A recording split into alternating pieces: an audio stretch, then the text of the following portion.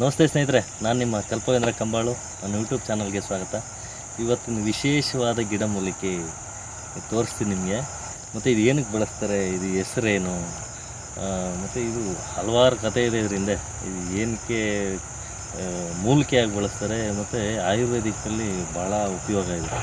ಇದರ ಕಾಂಡ, ಬೇರು ಮತ್ತು ಬೀಜಗಳು ಬರುತ್ತಲ್ಲ, ಅದನ್ನೆಲ್ಲ ಆಯುರ್ವೇದಿಕ್ಕಲ್ಲಿ ಬಳಸ್ತಾರೆ. ಬಟ್ ನಾನು ಬಳಸಿದ್ದು ನಮ್ಮ ತಂದೆಯವ್ರು ಏನು ಬಳಸಿದ್ರು ಅದಷ್ಟೇ ನನಗೆ ಮಾಹಿತಿ ಗೊತ್ತಿದೆ.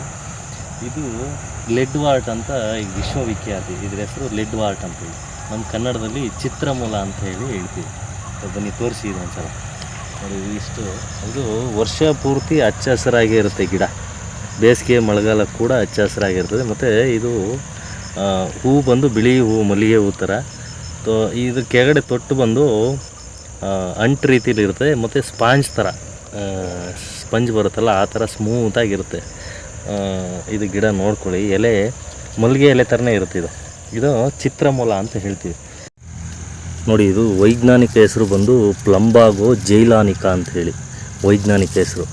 ನೋಡಿ, ಈ ಥರ ಕಡ್ಡಿ ಥರ ಇರ್ತದೆ. ಬೇರು ತೋರಿಸ್ಲಿಕ್ಕಾಗಲ್ಲ ನಿಮಗೆ. ನೋಡಿ, ಇದು ಹೂವು. ಇದು ಮಲ್ಲಿಗೆ ಅಥವಾ ಕನಕಾಂಬರ ಹೂವುದು ಎಲೆ ಹೋಲುತ್ತಿದ್ದು ಎಲೆದು. ಆ ಎಲೆ ಹೋಲಿಕೆ ಇದಿರುತ್ತೆ ಇದಕ್ಕೆ. ನೋಡಿ ಎಷ್ಟು ಚೆನ್ನಾಗಿದೆ.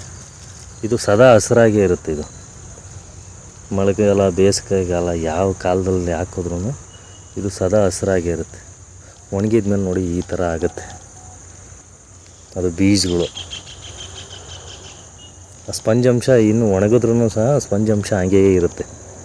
ನಾವು ಹುಡುಗರಲ್ಲಿ ಇದನ್ನ ಏನು ಮಾಡಿವು ಅಂದರೆ, ಒಂದು ಕಿತ್ಬಿಟ್ಟು ಕಿವಿಗೆ ಅಂಟಿರುತ್ತೆ ಇದರಲ್ಲಿ. ನೋಡಿ ಮುಗ್ಬಿಟ್ಟು ಕಿವಿ ಓಲೆ ಎಷ್ಟು ಚೆನ್ನಾಗಿ ಕಾಣಿಸುತ್ತಲ್ಲ. ಬಿಳಿ ಕಲರ್ ಇರೋದ್ರಿಂದ ಇದು ಕಾಣಿಸುತ್ತೆ. ಇದು ಆಟ ಆಡೋದು ಬಿಡಿ ಹೋಗಲಿ, ನಾವು ಆಟ ಆಡೋದು. ಇದು ಉಪಯೋಗ ಏನಪ್ಪ ಅಂದರೆ, ಈ ಗಿಡದ್ದು ಇದು ಎಲ್ಲ ಕಡೆ ಬೆಳೆಯುತ್ತೆ. ನೀವು ಅರೆಬರೆ ನೆರಳು ಒಂದು ಹೂ ಕುಂಡ ಹಾಕ್ಬಿಟ್ಟು ಕುಂಡದಲ್ಲೂ ಸಹ ಮನೆ ಹತ್ರ ಬೆಳ್ಕೊಬೋದು. ಅಷ್ಟು ಇದು ಆರೋಗ್ಯಕ್ಕಾಗಲಿ ಉಸಿರಾಟಕ್ಕೆ ಎಲ್ಲ ತುಂಬ ಒಳ್ಳೆಯದು.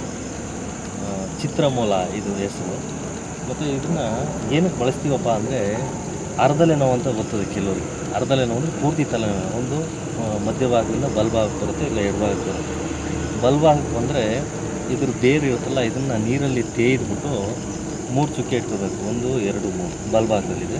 ಎಡಭಾಗದಲ್ಲಿದ್ದರೆ ಉಬ್ಬಿನ ಮೇಲೆ 1 2 3 ಥರ ಚುಕ್ಕೆ ಇಟ್ಕೊಂಡ್ರೆ ಒಂದು ಹಂಚಿಗಡ್ಡಿ ತೊಗೊಂಡು ಇಟ್ಕೊಂಡ್ರೆ ಸಾಕು. ಬಟ್ ಏನಪ್ಪ ಅಂದರೆ, ಈಗ ನನಗೆ ಅರ್ಧಲೆ ನೋವು ಇರುತ್ತೆ, ನಾನೇ ಇಟ್ಕೊಳ್ಳೋಗಿಲ್ಲ. ಇದು ಬೇರೆಯವ್ರ ಕಡೆಯಿಂದ ಇಡ್ಸ್ಕೋಬೇಕು. ಬೇರೆಯವ್ರ ಕಡೆ ಇಡ್ಸ್ಕೋಬೇಕಂದ್ರೆ ನಾನು ತಣ್ಣೀರು ಮುಟ್ಟೋ ಆಗಿಲ್ಲ. ಬೆಳಗ್ಗೆ ಎದ್ದ ತಕ್ಷಣ ಬಂದು ಆ ಟ್ರೀಟ್ಮೆಂಟ್ ತೊಗೋಬೇಕು. ತಣ್ಣೀರು ನಾನು ಮುಟ್ಟಿದ್ರೆ ನನಗದು ವರ್ಕೌಟ್ ಆಗೋಲ್ಲ. ಸೊ ಹಂಗಾಗಿ ಇದು ವಿಶೇಷವಾಗಿ ಅದಕ್ಕೋಸ್ಕರ ಬಳಸ್ತಾರೆ. ಅರ್ಧಲೆ ನೋವು ಯಾರಿಗಿರುತ್ತೋ ಅವರು ದಯವಿಟ್ಟು ಚಿತ್ರಮೂಲದ ಬೇರನ್ನ ನೀರಲ್ಲಿ ಹಾಕಿ ಅರೆದ್ಬಿಟ್ಟು ಒಂದು ಬಡ್ಸು ಅಥವಾ ಹಂಚಿಗಡ್ಡಿಲಿ 3 ಚುಕ್ಕೆ ಇಟ್ಕೊಂಡ್ರೆ, ಮತ್ತು ಆ ಚುಕ್ಕೆ ಇಡ್ತೀವಲ್ಲ ಅಲ್ಲಿ ಸುಟ್ಟು ಗಾಯ ಥರ ಆಗುತ್ತೆ. ಅವಾಗೆಲ್ಲ ಚುಟ್ಟಿಗೆ ಅಂತ ಹಾಕೋರು ನಾವು ಹುಡುಗರಲ್ಲಿ. ಇವು ಬಳೆ ಓಡಿ ಕಾಯಿಸ್ಬಿಟ್ಟು ಮಕ್ಕಳಿಗೆ ಹಾಕೋರು, ಇಲ್ಲಿ ಕಳ್ಗುಣಿಗೆ ಅಂತೇಳಿ ಹಿಂದೆ. ಆ ಥರ ಕಲೆ ಆಗುತ್ತೆ 3 ದಿವಸ ಆದಮೇಲೆ. ಅಂದರೆ ಸುಟ್ಟು ಬಿಡುತ್ತೆ. ಅದು ಎಷ್ಟು ಚೆನ್ನಾಗಿ ಸುಟ್ಟಿರುತ್ತೋ ಅಷ್ಟು ಬೇಗ ಅರ್ಧಲೆ ನೋವು ಹೋಗುತ್ತೆ ಅಂತ ಇದು ನನ್ನ ತಂದೆಯವರು ಇದನ್ನು ಮಾಡೋರು. ಭಾಳ ಜನಕ್ಕೆ ಅವಾಗ ಔಷಧಿ ಕೊಟ್ಟಿದ್ದಾರೆ. ಇದು ವರ್ಕೌಟ್ ಆಗಿದೆ. ಸದ್ಯಕ್ಕೆ ನಮ್ಗೆ ಅರ್ಧಲೆ ನೋವು ಇಲ್ಲ. ಅರ್ಧಲೆ ನೋವು ಬಂದರೆ ನಾವು ಮಾಡ್ಕೊತೀವಿ. ನೀವು ಮಾಡ್ಕೊಳ್ಳಿ, ಇದ್ರ ಉಪಯೋಗ ತಿಳ್ಕೊಳ್ಳಿ. ಆದಷ್ಟು ಲೈಕ್ ಮಾಡಿ, ಶೇರ್ ಮಾಡಿ, ಸಬ್ಸ್ಕ್ರೈಬ್ ಮಾಡಿ, 4 ಜನಕ್ಕೆ ಕಳಿಸಿ. ಎಲ್ರಿಗೂ ಉಪಯೋಗ ಆಗುತ್ತೆ. Thank you.